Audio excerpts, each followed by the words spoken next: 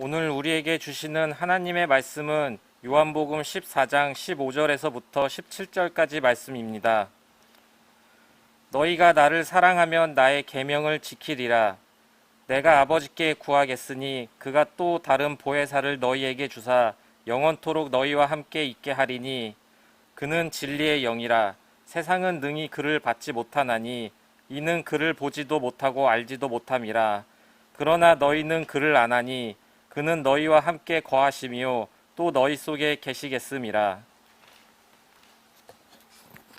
주님의 제자들이야말로 당시 주님께서 사역하시던 때 가장 많은 은혜를 받은 사람들이었습니다. 그럴 수밖에 없었습니다. 그들은 3년이 넘는 시간 동안 주님과 동행하면서 주님의 그 육성으로 들려지는 말씀을 그때마다 들은 사람들입니다.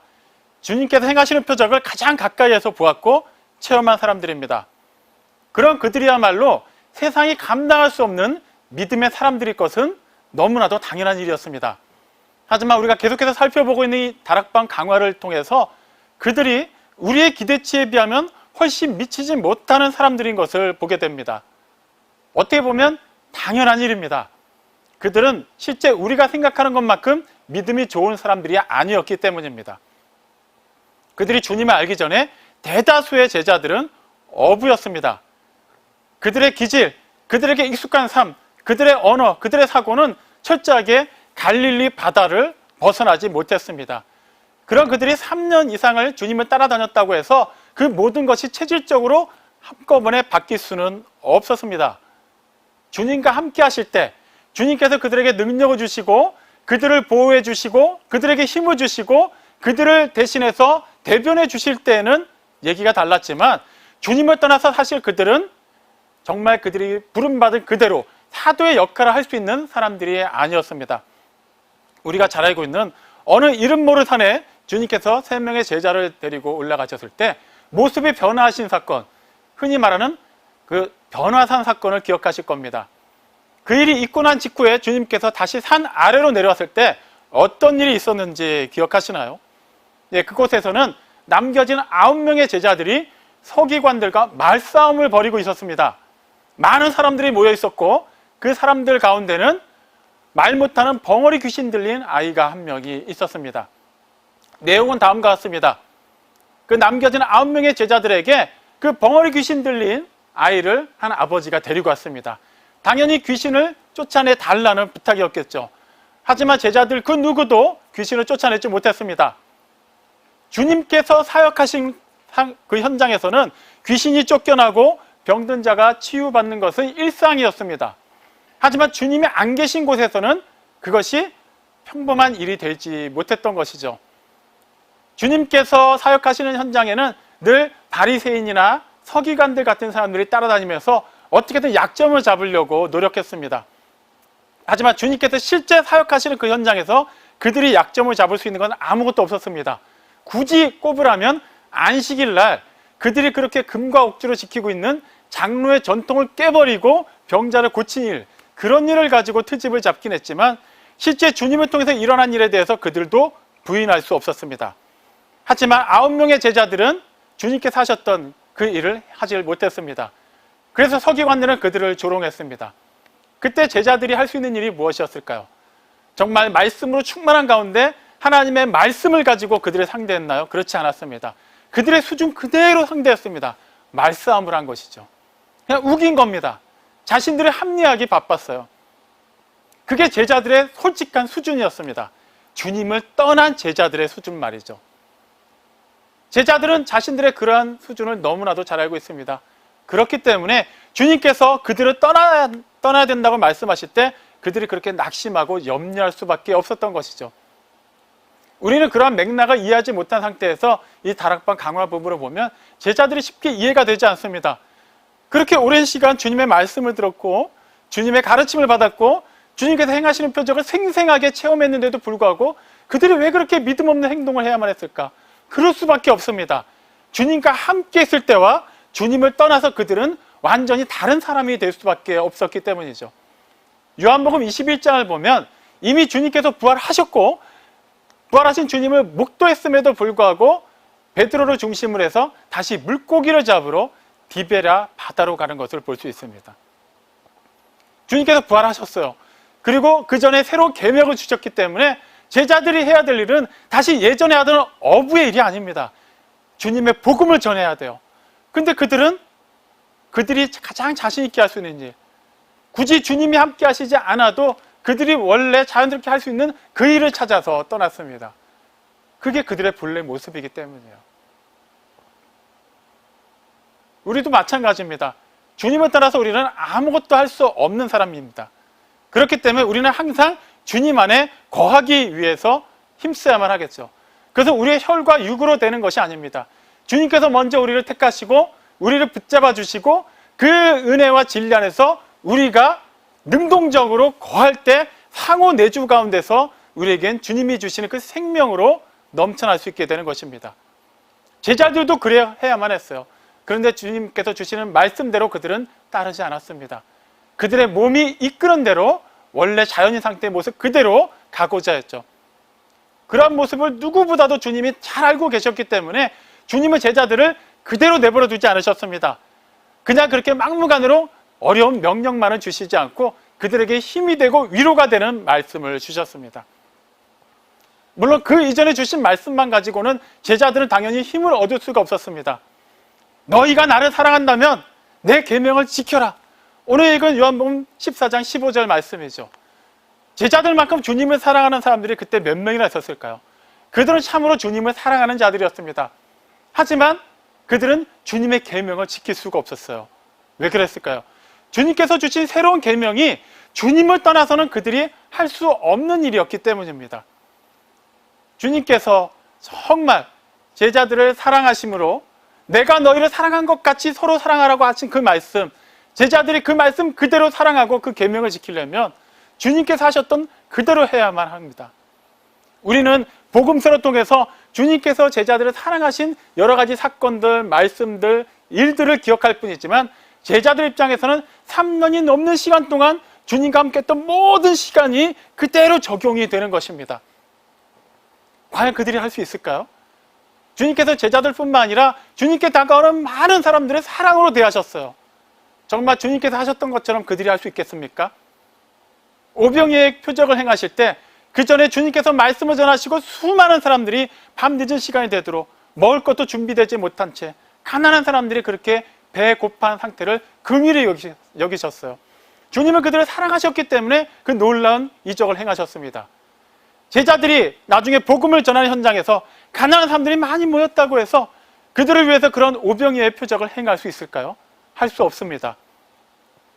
제자들이 그 풍랑 가운데서 힘겹게 노를 저으며 괴로워하고 있을 때 주님께서 그 물 위를 걸어서 오셨죠. 그리고 그 물에 빠진 베드로를 구해주셨습니다. 제자들도 그와 같이 주님께서 하신 그대로 물 위를 걸으면서 물에 빠진 사람들을 구해낼 수 있을까요? 그들을 긍휼히 여기는 마음만으로 그렇게 할 수 있을까요? 할 수 없습니다. 그리고 그 다락방에서 어떤 일이 있었습니까?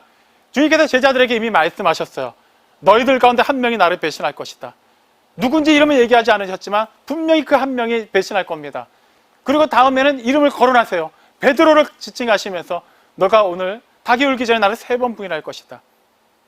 그 말씀만으로도 충격적이지만 그 말씀을 하시기 전에 주님께서 어떤 일을 하셨습니까? 제자들의 발을 씻어주셨어요. 당시 가장 천한 노예 신분을 가진 자만이 할 수 있었던 그 일을 스승된 주님께서 제자들을 향해서 하셨다는 것은 우리가 생각하는 것처럼 단지 눈 한번 딱 감고 발을 씻어주는 그런 단순한 사건이 아니었습니다. 전적으로 낮아지고 완전히 자기 자신을 비워야만 할 수 있는 일이었어요. 그렇게까지 사랑을 표현하셨어요.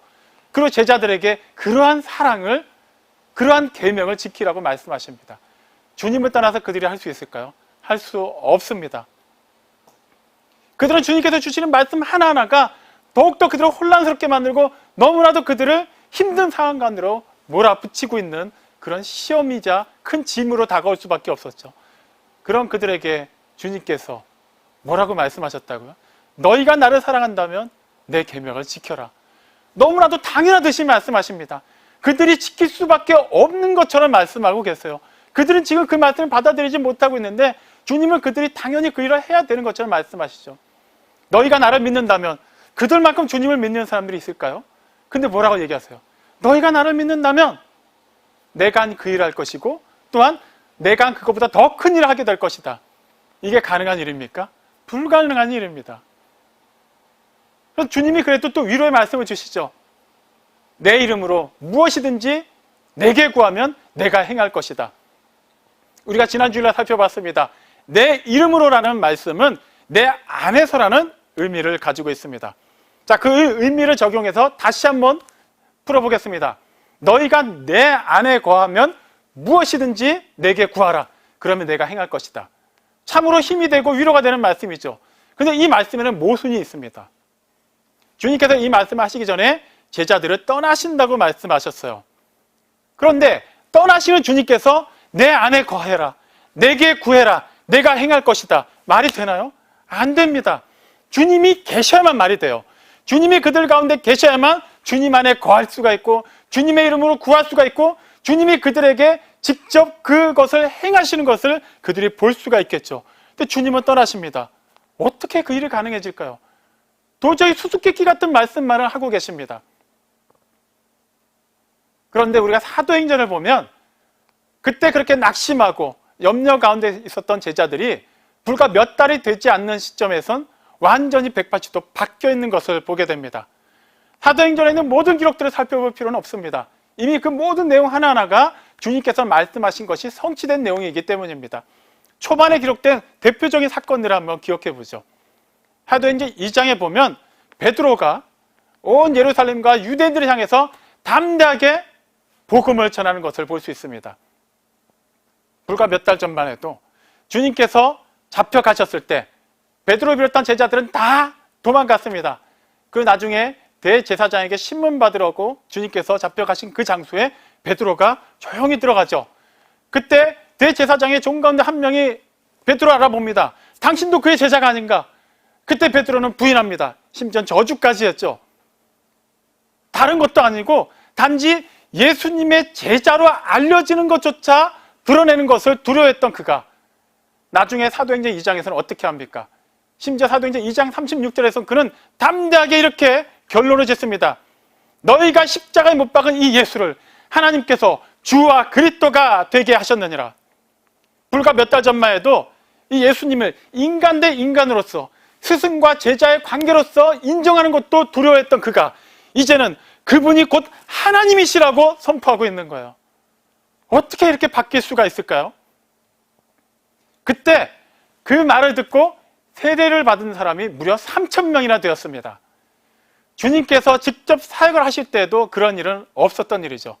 과연 주님께서 말씀하신 대로 나를 믿는 자는 내가 한 일을 할 것이고 나보다 더 큰 일, 그보다 더 큰 일을 할 것이다 라고 하신 그 말씀이 이루어진 겁니다. 이어지는 사도행전 3장을 보죠. 처음부터 어떤 사람이 등장합니까? 베드로와 요한이 기도할 때가 돼서 성전으로 올라갈 때 그 미문 앞에 태어날 때부터 선천적으로 하반신 장애인으로 태어난 사람이 사람들에게 구걸하고 있는 장면이 기록되어 있습니다. 오고 가는 많은 사람들이 그들 가운데 아마 소수가 그에게 동전 한 입씩을 던져주었을 것입니다. 아마 대다수의 사람들은 그다지 신경도 쓰지 않고 지나갔을 것입니다. 우리는 비슷한 얘기를 알고 있어요. 요한복음 9장에서 예수님께서 선천적 시각 장애인을 고쳐주실 때 그때 제자들이 했던 말 기억하시나요? 이 사람이 이렇게 장애인으로 태어난 것이 무엇 때문입니까? 그의 부모의 죄 때문입니까? 라고 얘기한 그 내용 말이죠. 유대인들이 가지고 있는 보편적인 생각이었습니다. 선천적으로 장애를 가지고 태어난 사람은 그냥 다른 이유가 있는 것이 아니라 그의 부모가 아니면 그의 조상 때 누군가가 하나님께 죄를 지었고 그 죄에 대해서 해결하지 못했기 때문에 그 죄값으로 태어난 것이라고 생각했어요. 그 성전 미문에 앉아서 구걸하던 사람들도 당연히 사람들에겐 그러한 시선으로 비춰졌을 것입니다. 아마도 수많은 사람들이 그를 볼 때마다 수군거렸을 거예요. 어쩌면 그를 굉장히 혐오하면서 바라봤을 것입니다. 죄의 저주를 받고 태어난 사람, 굳이 가까이 하고 싶어 하지 않았을 거예요. 그런 그를 향해서 베드로와 요한이 다가옵니다. 그리고 그를 주목해서 보기 시작해요. 어느 누구도 그를 그렇게까지 집중해서 쳐다보지 않았을 때 그는 굉장히 큰 기대를 걸었을 것입니다. 베드로는 거기서 멈추지 않아요. 우리를 보라고 얘기합니다. 보라고 얘기한다는 것은 아마도 동전 하나를 던져준다는 의미가 아닐 거예요. 굉장히 큰 액수의 돈을 줄 것이라고 그는 기대했을 것입니다. 눈을 크게 뜨고 베드로와 요한을 쳐다봤어요. 그때 베드로가 뭐라고 얘기합니까? 사도행전 3장 6절은 그 놀라운 선포를 이렇게 기록하고 있습니다. 은과 금은 내게 없거니와 내게 있는 이것을 내게 주노니 나사렛 예수의 이름으로 일어나 걸으라 라고 해요. 그 담대한 말씀을 선포하고 난 뒤 그는 그의 오른손을 붙잡아 이렇게 세웁니다. 태어날 때부터 한 번도 걸어보지 못했던 그가 걷기 시작합니다. 심지어 뛰기 시작합니다. 그가 하나님을 찬양했습니다. 성전 오가는 수많은 사람들이 그 광경을 바라보고 베드로와 요한 그 사도들에게 모이기 시작합니다. 솔로몬 행각에서 그들이 그 사도들을 통해 전해지는 말씀을 듣고 그날 무려 성인 남자만 5천 명이 복음을 믿는 놀라운 역사가 일어나죠. 주님께서 말씀하신 대로 내 이름으로 내 안에서 내게 구하면 내가 행하리라고 한 그 역사가 나사렛 예수의 이름으로 베드로가 선포할 때 실제 일어난 것입니다. 그 자리에 주님이 계셨나요? 안 계셨습니다. 사람들 눈에 보이는 것은 그 선천적 하반식 장애인을 일으킨 베드로만 보일 뿐 그 자리에 주님이 계시지 않았어요. 단지 주님의 이름으로 행했을 뿐이지만 그 일이 일어났죠. 나중에 그 일로 말미암아 예루살렘이 막 소동하니까 장로들과 서기관들이 공회를 소집합니다. 그리고 그 사도들을 불러서 이제 신문하기 시작하죠. 근데 그 자리에서도 베드로와 요한이 전혀 두려움 없이 담대하게 복음을 전합니다. 그들이 놀라요. 사도행전 4장 13절 기록을 보면 본래 그 제사장들이나 서기관들이 알던 사도들은 주님이 잡히실 때, 예수가 잡힐 때 비겁하게 도망쳤던 졸부들이었습니다. 무식한 자들이었어요. 보잘것없는 사람들이었는데 그들이 그렇게 담대하게 두려움 없이 복음을 전하는 것을 보고 놀랬다고 기록하고 있어요. 그럴 수밖에 없습니다. 그들은 성령님을 모르기 때문이에요. 오늘 읽은 요한복음 14장 16절, 17절에선 주님께서 그 낙심 가운데 있는 제자들에게 다음과 같이 말씀하십니다. 내가 아버지께 구하겠으니 그가 또 다른 보혜사를 너희에게 주사 그가 영원토록 너희와 함께하리니 그는 진리의 영이다라고 말씀하십니다. 너희가 사랑한다면 내 계명을 지키라. 그것은 그들만의 힘으로 할 수 없습니다. 그럼에도 불구하고 주님께서 그러한 명령을 하신 것은 그들이 할 수 있도록 또 다른 보혜사를 보내실 것이기 때문이에요. 아버지께 간구하여서 반드시 그 보혜사가 그들 가운데 오셔서 그들 가운데 영원히 거하시고 그들과 함께 하심으로 그들이 할 수 없는 그 일을 하게 하실 것이기 때문입니다. 여기서 우리말 보혜사로 번역된 헬러 파라클레토스라는 단어는 곁에서 도와주기 위해 함께하는 자, 부름받은 자라는 의미를 가지고 있어요. 그렇기 때문에 헬라어에서 이 단어가 쓰였을 때는 곁에서 누군가를 도와주는 사람을 지칭할 때 쓰입니다. 변호사, 위로하는 사람, 조력자, 그 다음에 이렇게 힘을 실어주는 사람, 이런 사람을 표현할 때 파라클레토스라는 단어를 쓰죠. 근데 우리가 여기서 주목해 봐야 되는 것은 주님께서 또 다른 보혜사라고 말씀하셨다는 것입니다. 그 말은 무슨 의미입니까? 원래 앞선 다른 보혜사가 있다는 거예요. 그러면 앞선 보혜사가 누구일까요?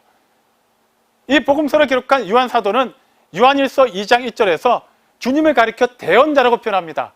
그때 그 대언자로 기록된 헬라어가 바로 파라클레토스입니다. 도움을 주기 위해 곁에서 함께하는 자, 부름받은 자라는 의미예요. 앞서서 먼저 오신 보혜사가 바로 주님이십니다. 그렇습니다. 본래 진리와 은혜로 충만하신 하나님의 아들, 말씀이신 성자 하나님께서 육신이 되어 세상에 오셨어요. 사람들 사이에 거하시면서 또 제자들 사이에 함께 하시면서 그들을 위로하셨죠. 그들에게 힘을 주셨습니다. 그들을 대신해서 말씀해 주셨어요. 그들에게 능력을 주셨어요. 그들을 지켜주셨습니다. 하지만 이제 주님은 세상의 모든 죄를 대속하기 위해 십자가에 달려 죽으시고 또 부활하신 뒤에 원래 그분이 계셨던 그 영광스러운 아버지 보좌 우편으로 가셔야만 합니다. 하지만 그분은 가시고 끝나는 것이 아니라 하나님께 간구하여서 또 다른 보혜사를 제자들에게 보내주실 겁니다. 그분은 진리의 영이에요. 눈에 보이지 않지만 영이시기 때문에 이제는 제자들 안에 거하시게 되고 그분은 영원하신 삼위일체 하나님의 한 위격이시기 때문에 당연히 영원히 그들과 함께 하실 것입니다. 그래서 요한복음 13장 1절에서 주님께서 세상에 있는 그 분의 택하신 자들을 사랑하실 때 끝까지 사랑하셨다고 말씀하신 이유가 바로 그것이기 때문이에요. 그 이유 때문이에요. 진리의 영이 제자들 가운데 함께 하시고 영원히 함께 하시기 때문에 세상에 있는 당신의 제자들과 끝까지 함께 하실 수 있었던 거예요. 마태복음 28장 20절 말씀에서 이르듯이 내가 세상 끝날까지 너희와 항상 함께 있을 것이다. 그 말씀도 마찬가지입니다. 영원하신 성령님께서 이 땅에 임하시고 다시 올라가시지 않으시기 때문에 주님께서 우리와 영원히 함께 하실 수 있으신 거예요. 또 다른 보혜사로 오시기 때문이에요. 제사장들, 서기관들은 그것을 알 수가 없었어요. 당연하죠. 진리이신 주님이 세상에 오셨지만 그 어둠 가운데 빛으로 오셨지만 그들이 그 빛 대신 주님을 영접하지 않았어요. 보혜사를 영접하지 않았기 때문에 또 다른 보혜사를 그들은 알지를 못했던 것입니다. 하지만 이미 주님을 알고 그 보혜사로 말미암아 그 은혜를 누린 자들은 또 다른 보혜사로 말미암아서 완전히 그들의 영혼육이 새로워질 수 있기 때문에 그들은 세상에 알 수 없는 그 놀라운 일을 할 수 있게 된 것이죠.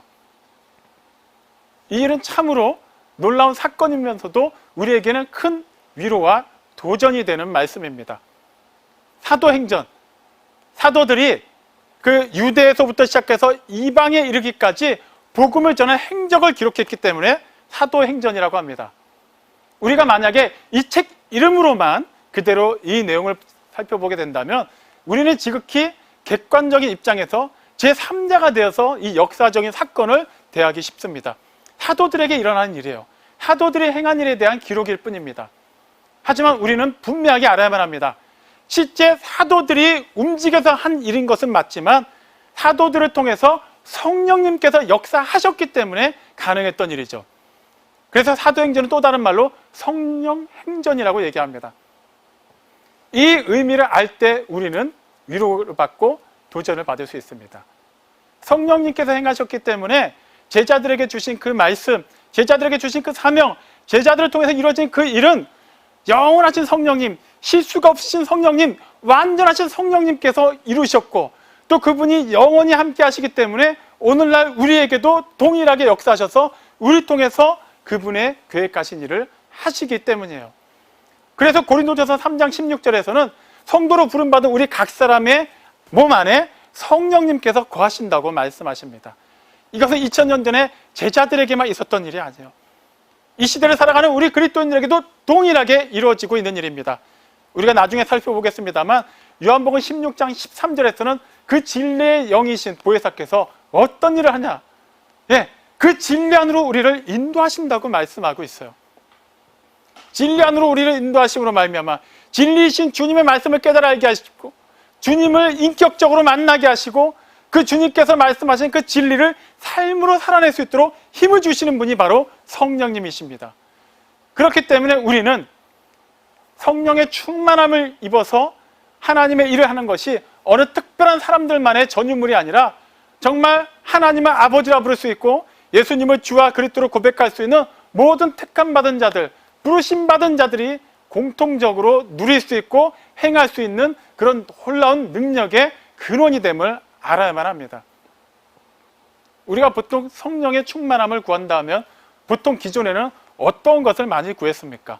물론 모든 성도들이 그렇게 한 것은 아닙니다만 대개는 성령님을 어느 한 추상적인 능력으로 이해하기 쉬웠습니다.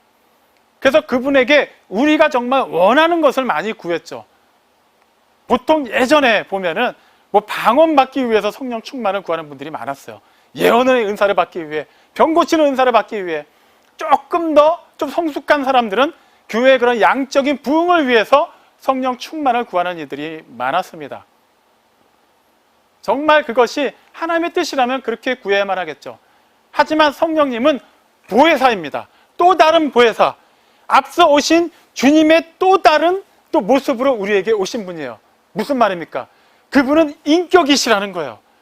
그냥 어느 추상적인 개념이나 힘이 아닙니다.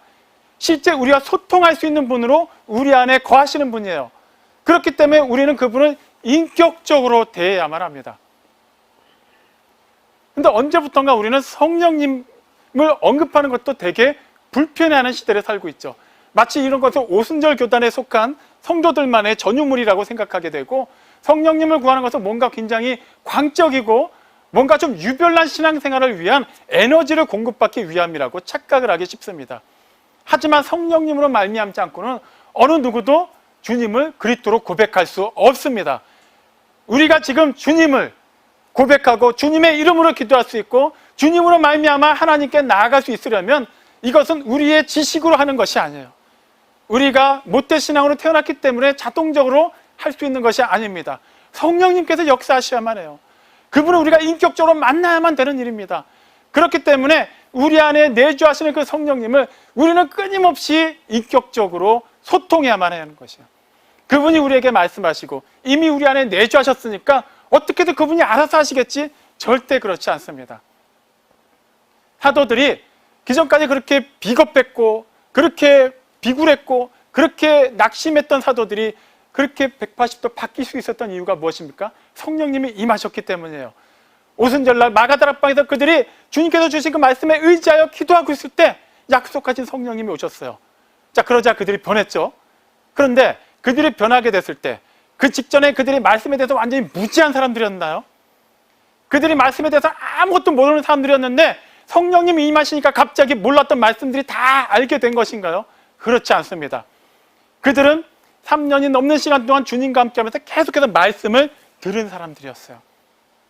단지 깨닫지 못한 거예요. 단지 그것을 쉽게 잊었을 뿐입니다. 하지만 그들은 계속해서 말씀을 들었던 사람들이에요. 그 들은 말씀이 인격화되어서 살아 역사하지 못했을 뿐이지 그들에게는 이미 말씀이 축적되어 있었습니다. 그 말씀 가운데 성령님이 불같이 임하셔서 폭발하신 거예요. 그러자 그 말씀이 폭발하였고 인격으로 그들의 삶을 통해서 드러났고 그들의 언어를 통해서 선포되었고 그들의 삶을 통해서 나타나게 된 것입니다. 아무리 비싸고 좋은 자동차가 있다 하더라도 그 차에 기름이 없으면 백날 시동을 걸어도 그 차는 움직이지 않습니다. 마찬가지예요. 우리가 성령의 감동으로 기록된 하나님의 기록된 말씀으로 축적되어 있지 않고 보충되어 있지 않고 그 말씀에 의지하여 기도하지 않는 상태에서 단지 성령님만이 임하신다면 우리는 그 수준 이상을 벗어나지 못할 것입니다. 어쩌면 여러분들 신앙생활 해오시면서 은사를 받았다는 사람들, 은사 사역을 하는 사람들을 볼 때 생각보다 인격이 받쳐지지 않는 사람들을 보신 경우가 종종 있을 겁니다. 분명히 그를 통해서 놀라운 일이 일어나요. 그런데 사람 대 사람으로 보면 도저히 은혜가 되지 않아요. 그의 언행을 통해서는 오히려 더 가까이 하고 싶지가 않습니다. 왜 그럴까요? 그들은 말씀으로 준비가 되어 있지 않기 때문이에요. 성령의 은사는 성령 하나님의 주권에 따라서 주어지는 것이기 때문에 왜 저런 사람에게 주어지지? 우리는 그걸 따져 물을 수 없습니다. 그건 하나님의 주권이에요. 하나님의 뜻이에요. 하지만 그 뜻대로 부름을 받았음에도 불구하고 준비가 되어 있지 않은 사람은 오히려 하나님의 영광을 나타내기보다는 하나님의 영광을 가리는 일을 할 수 있게 되는 것을 우리는 보게 됩니다. 마찬가지입니다. 성령님께서 우리 안에 내주하시고 역사하시려고 해도 우리가 그 성령님의 그 조명 아래서 성령님의 감동으로 기록된 말씀에 끼어있지 않다면, 준비되어 있지 않다면 우리 역시 성령의 충만함을 아무리 구할지라도 그런 세속적인 수준의 이상을 벗어나지 못하게 될 것입니다. 그리고 주님께서는 또 다른 보혜사로 성령님을 보내셨다는 것이 우리에겐 다른 방편에서 큰 위로가 되고 도전이 됩니다. 또 다른 보혜사, 주님의 또 다른 모습으로 진리의 영을 우리에게 보내셨어요. 그렇다면 우리가 그 진리의 영을 통해서 구해야 되는 것은 무엇이 되어야만 할까요? 방언이어야만 합니까? 이미 앞서 말씀드린 것처럼 예언인가요? 병 고치는 건가요? 교회가 막 이렇게 숫자가 막 이렇게 성장하는 것인가요? 그것이 목적이 될 수 없습니다. 주님께서 직접 오셔서 말씀하시고 본을 보여주셨던 그 일이 또 다른 보혜사를 통해서도 우리를 통해서 이루어지는 것입니다. 다시 말하면 우리가 구해야 되는 것은 주님께서 말씀하신지 주님께서 살아계신 그 삶이 우리를 통해서 이루어지는 거예요. 그래서 갈라디아서 그 장 22절, 23절 말씀을 보면 성령의 9가지 열매가 기록되어 있죠. 뭔가요? 사랑과 희락과 화평과 오래 참음과 자비와 양성과 충성과 온유와 절제. 우리가 방언을 구한다면 그 방언을 구함으로 말미암아 그것을 통해서 정말 하나님의 그 놀라운 아가페 사랑이 드러나는 것인가요? 우리가 예언의 은사를 구함으로 말미암아 그것이 실현되었을 때 그것을 통해서 우리에게는 정말 하나님의 주시는 그 은혜를 오래 참음으로 기다릴 수 있는 그 열매가 맺혀지는 것인가요? 우리가 병을 고치는 은사를 받았을 때 우리를 통해서 정말 우리의 예전에 그 삐뚤어졌던 심령이 온유해지고 더욱더 자비를 베풀 수 있고 우리로 말미암아 정말 화평케 되는 그런 역사가 일어나는 것인가요? 그렇다면 구해야만 합니다.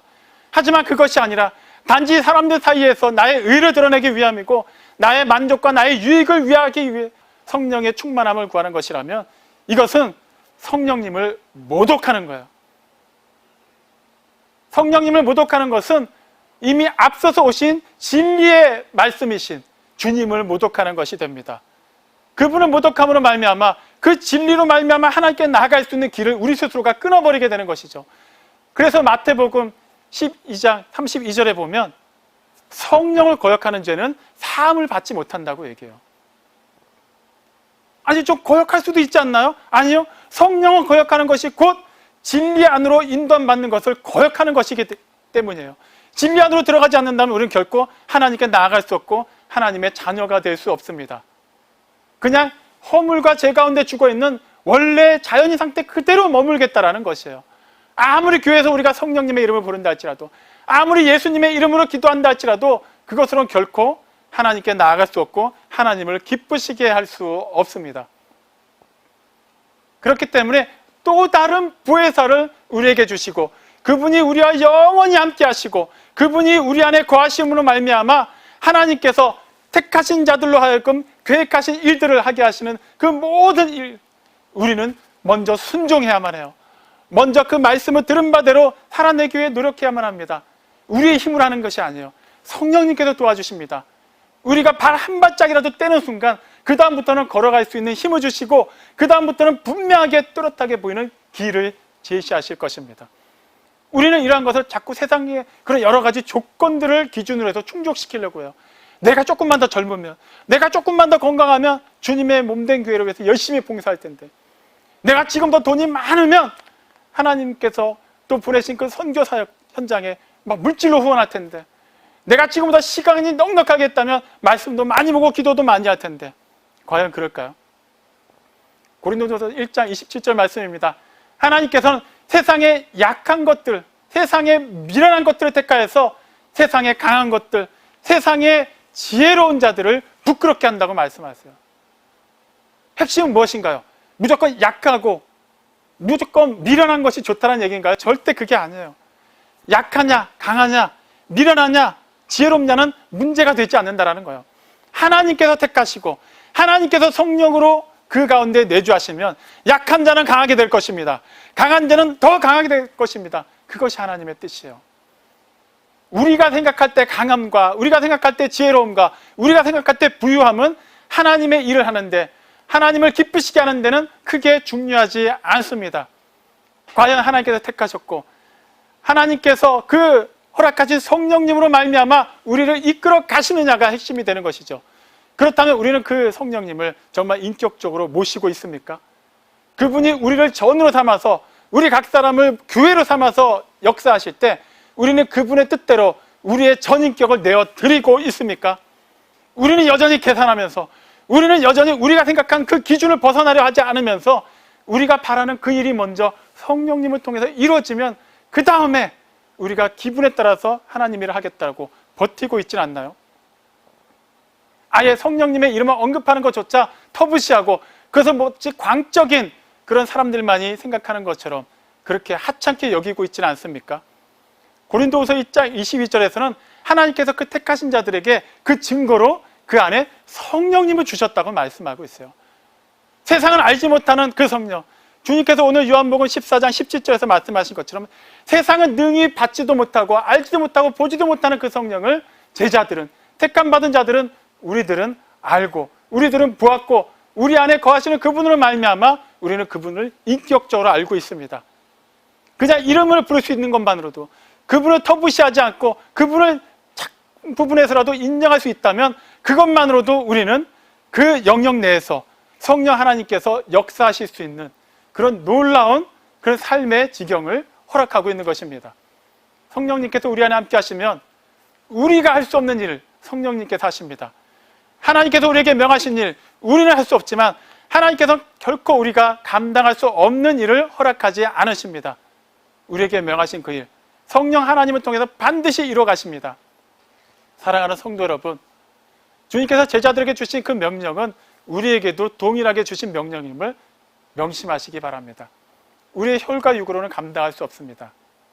하지만 하나님께서 약속하신 성령님을 통해서 역사하십니다. 그렇기 때문에 성령님의 그 내주하심을 지식적으로 아는 것에 만족하지 말고 그분과 끊임없이 인격적으로 소통하시기 바랍니다. 우리에게 주어진 말씀이 있습니다. 성령의 감동이 기록된 그 말씀을 벗삼아서 성령님께서 비춰주신 그 빛을 조명 삼아서 이 어두운 세상, 이 혼란한 세상을 그 인도 가운데 따르시기 바랍니다. 성령님께서 그 다음에 역사하십니다. 그리고 우리 각 사람을 통해서 이루시고자 하는 하나님의 크고 놀라운 일을 이루실 것입니다. 이 놀라운 역사에 성령님의 내주하심과 충만하신 그 은혜 가운데서 신실하게 그 복을 누리고 아름답게 쓰임받는 우리 모두가 되시기를 주님의 이름으로 축원합니다. 아멘.